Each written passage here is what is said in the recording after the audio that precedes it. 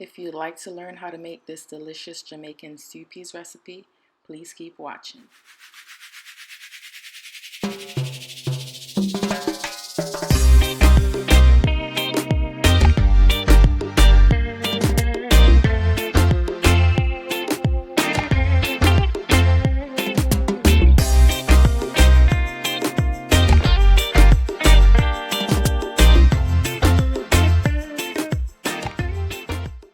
Hey everyone, so the first thing that we're going to do is we're going to get all our ingredients ready. So what you'll need is um, garlic, tomatoes, scallions, onion, thyme, and Scotch bonnet pepper. So right now I'm just going to wash all my ingredients because you don't want to cook and there's a bunch of dirt in your food. And then this is also the kidney beans. So the best thing to do with the kidney beans is have them soak overnight if you don't want this process to take really long. So I didn't soak mine overnight, but you should soak it overnight because if not, it's going to take much longer to cook. So right now I'm just cutting up all the ingredients, and you just want to cut them up to a decent size. You don't want it to be too small, but you don't want it to be too big. So right now I'm just going to use half of the onion and just one of the tomato. So I'm only using half of everything because later on in the cooking process, I'm going to re-add those seasonings inside the pot. So you don't want to add everything as of yet. So I'm just cutting up everything now. And the bag that you see at the side, that's just to put all the discarded remnants of the onions and everything inside, just to make your cleaning station really nice, because you do not want to cook in a dirty kitchen. That's the worst thing to do. So please clean up after yourselves, okay? So now that the seasonings are cut up, we're gonna add the kidney beans and the water to the pot. And I forgot to say, but there's not a specific amount of kidney beans that you need to add.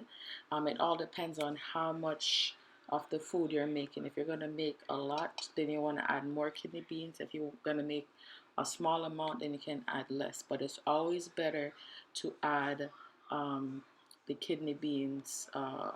More kidney beans and less kidney beans. So now we're adding all the seasonings that we cut up into the pot. We're gonna add the Scotch bonnet pepper later on. So I'm adding the minced garlic, but you can add whole garlic. If I had whole garlic, I would have added that. And next we're adding the pimento seeds. For the pimento seeds, there's not a specific amount, just add some. Everything is to give it flavor. And then we're gonna add the thyme into the pot. So now we're gonna season the pot with black pepper, salt, and you can also add adobo at this time, but you don't have to. But right now we're adding black pepper and salt. And you're just adding the amount of seasonings so it's flavorful. So you're gonna add the seasonings and you're gonna taste, because every time you cook, you're gonna always wanna taste your pot down. That's how you know if you're going to need more or less seasoning. So if it's under seasoned, or if you think it needs more salt, then you add more salt. Or if you adding adobo, the same thing. If it needs more of that, then you add that. So now that the kidney beans are on the stove cooking, we're going to clean our meat. So I'm using chicken thighs and chicken legs, but you can use any meat. But if you're using pig tail, you're going to have to scald it first, which is you're going to boil it a couple times, rinse the water and boil it to get rid of the saltiness. So right now, when you're cleaning the chicken, you're going to add water to it and add either vinegar, or you're going to add lemon or lime. And please, please, please clean your chicken, because people who tell you not to clean your chicken, they are crazy. They might say, oh, if you clean your chicken, you're going to get salmonella. Well, clean the chicken and get the salmonella, please. Thank you. Um, so when you're cleaning the chicken, you're going to add the water, And when you add the water, you're going to add the vinegar or the lemon, and you're going to wash it a couple times. So if you don't wash it enough, you're going to still taste the vinegar or the lime, especially the vinegar. So you're going to wash it about 5 to 6 times, I would say. The more you wash it, the better it is. So it's not going to hurt if you wash it more than if you wash it less. But if you wash it less, then you're going to taste the vinegar in the end. So now that the chicken is cleaned, we're also going to further clean the chicken. So by cleaning the chicken, let's say on the chicken thighs right here, I'm taking off the yellow skin from the chicken. So you're going to do that from all the chicken legs. Then after you do that, then we're going to um, take off all the fat off the chicken. So for me personally, I'm going to leave the chicken skin on, but you don't have to leave the chicken skin on. So if you want, when you clean the chicken, right here is when you'll take off all the skin. So right now I'm gonna cut everything in half. So I'm just scoring the chicken thighs all the way around until the bone is exposed. When that bone is exposed, I'm gonna lift the leg up a little, take the back of the knife and hit the chicken on the bone, and it breaks easily. Then you can cut the um, chicken easily that way. And I'm gonna do the similar thing to the chicken thighs. So the fat that's right there, take off all the fat because we don't want the fat from the chicken. So just take off all the fat that's on the chicken, and please don't hold a knife like this. I don't want nobody blaming me about them cutting off their finger. So if you're not comfortable doing that, please don't do it. Put the chicken on the chicken board and then cut the chicken. So I'm just cutting off all the fat, and I'm just going to continue the process. I'm going to score the chicken all the way around like I did before. When you score it all the way around, we're going to expose the bone, and then when we expose the bone, we're going to um, elevate the chicken bone, and then we're going to expose it, and then hit the chicken with the bone with the back of the knife, and then break it and then cut it. And that's just a much easy way to cut up your chicken. It's very fast and it's very easy. And if you don't want to cut the bone, you don't have to cut the bone. You can easily cut the other side of the chicken where there's no bone, and you can just cut it that way if you're not comfortable doing it the way that I'm doing it. So just continue to watch what I'm doing so you can get a feel of it. And cleaning the chicken is also another important process because there's a lot of chicken that comes with a lot of things you don't want, like feathers and everything. So it's best when you get your chicken, always wash it first with vinegar or lime, and always clean it, take off the fat, so everything looks pristine and nice. So after I finish cutting up all the chicken, I'm going to wash it once more with just water. And then after I do that, I'm just going to let it rest in the refrigerator until I'm ready to put it into the stew peas. So right now I'm just going to let you guys watch me finish cutting up the chicken. If you still are lost on what I'm doing, and for whoever who understood what I'm doing, you can just go to the next clip.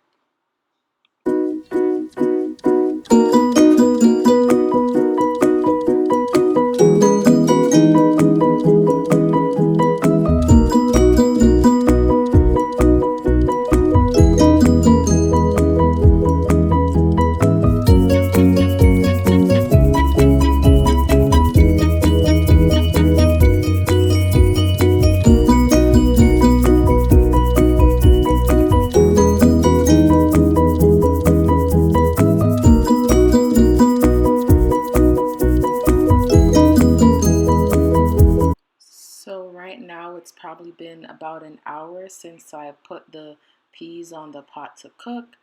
As you can see, the water still kind of looks clear. It hasn't taken on the color of the peas yet, and the water is also still extremely thin. And I'm feeling the peas, and they're hard, so I'm just gonna cover it back up and leave it for about another hour. So it has been another hour since I last checked on it, and I did check on it 30 minutes before and added more water, and it needs more water as well. So right now we're just going to add more water to the pot and also add more seasoning as well. And if you like what you see so far, please subscribe to my channel and hit that notification bell so you can continue to get notified when I post more delicious recipes. So I'm tasting the peas, and it's basically in between hard and soft. So it still needs to cook some more. So I'm going to add more water to the pot, and right now I'm just going to add the Scotch bonnet pepper from earlier. So we're going to add the Scotch bonnet pepper. It's going to give the pot more flavor, and we're also going to add some more seasonings later on in the process. But as you can tell, everything is just coming together perfectly, and this is what we want to see at this stage in the process. So right now I'm just going to taste the pot. So remember what I said before, every time you cook, you're just going to continue to taste, because that's how you know what you're going to need. So I tasted it, it needed more seasoning. So I'm adding some adobo, and I'm adding some black pepper and some Larry seasoning salt. So there's no specific amount that I'm adding. I'm adding a little bit of each, and if I feel that I need more Larry seasoning, then I'm going to add some more Larry's. If I feel that I need more adobo, I'm going to add more adobo. But I'll prefer to add more adobo over Larry's if I need more seasoning, just because the Larry's can be a little salty, and you don't want your pot to be extremely salty. So be mindful of how much seasonings you add. But yeah. So right now it's been about 30 more minutes in the process, and I'm just checking on it. I see that the um, peas are got a little bit more softer, so I'm gonna check on that, and I'm going to taste it as well. So for me, I'm also going to burst the Scotch bonnet pepper. So please don't do that if you don't like pepper. And I'm also adding the chicken to the pot right now, because the peas are almost finished. So you want to add the chicken to the pot now, just because the chicken, they don't take that long to cook. Um, so we're going to add this, and I'm also going to remove all the old seasonings, such as the thyme, the scallions, and everything, and I'm going to add fresh ones to the pot. So as you can see, I'm removing all the seasonings, the previous seasonings that's been cooked out, and I want to add fresh seasonings into the pot just to give it more flavor. And at this point, during the process, if you also believe that you need more water to be added to the pot, also do that, because the thicker the stew peas gets, the easier it is to stick to the pot. So just be mindful. If you need more water, add more water. And like I said, I'm going to add more seasonings just for it to give it more flavor. And if it needs more of another type of seasoning, please add that to the pot as well. So I'm just cutting everything up, and like, please do not cut it up like this if you're not comfortable with the knife. Um, Use a cutting board, and then you can add everything to the pot gradually. But step is extremely necessary in the process, just to keep the flavor going. And what I would do as well is just to add a little bit more of the pimento seeds. So I'm basically adding all the seasonings that I added before. And I'm also going to burst the Scotch bonnet pepper. And I don't recommend that you do that. I'm a person that I do like a lot of spice. So if you do like a lot of spice as well, you can also burst the Scotch bonnet pepper. But I don't recommend that everyone do that. So don't follow this. You have to do everything to your taste and to your liking. So just follow the steps, and you can omit some parts or leave some parts. So now that the stew peas is almost finished, we're going to make dumplings. So us Jamaicans, we're gonna make spinners, as us Jamaicans call it. So first, we're gonna need the flour. There's no specific amount of flour that you need to add. If you want more spinners in your stew peas, then you add more flour to make more dumplings. And if you don't want a lot, don't put a lot of flour. Then we're also going to add some salt in it. You don't want to add too much salt, but you also don't want to add too little salt.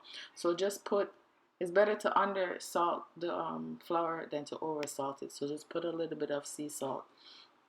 And to knead the flour, to make the dumplings, we're going to add a little bit of water at a time and knead the flour. So add a little bit and then knead it, because um, this process is very forgiving, because if you add too much water, you can always add more flour, and if you add too little water, you can always add more water to knead the flour. But you just want a consistency that's not too hard, or also that's not too soft.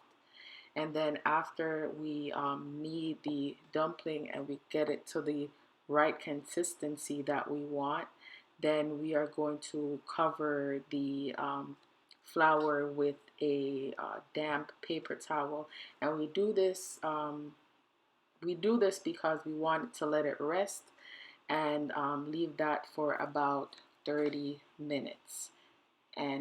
So it's been about another 30 minutes since we initially added the chicken to the pot, and you can see that the stewed peas is thickening up well. And I'm going to taste the peas, and it's soft enough. So at this point, we're going to add the dumpling, and we're going to make spinners. So we're just going to take the flour, and as you can see, the flour rested well. It's I'm going to show you it's smooth. So it's just a great consistency, and resting the flour does wonders for it. So after you knead the flour, you should always let it rest for 30 minutes covered with a damp paper towel. So I'm just going to take a small piece of the flour, and I'm going to roll that small piece in my hand, until I make elongated flour. And we're just gonna continue doing that until um, you get the length that you want and the size that you want. Then you're gonna add it to the pot, and we're gonna continue this until I get the amount of flour that I want to be added to the pot.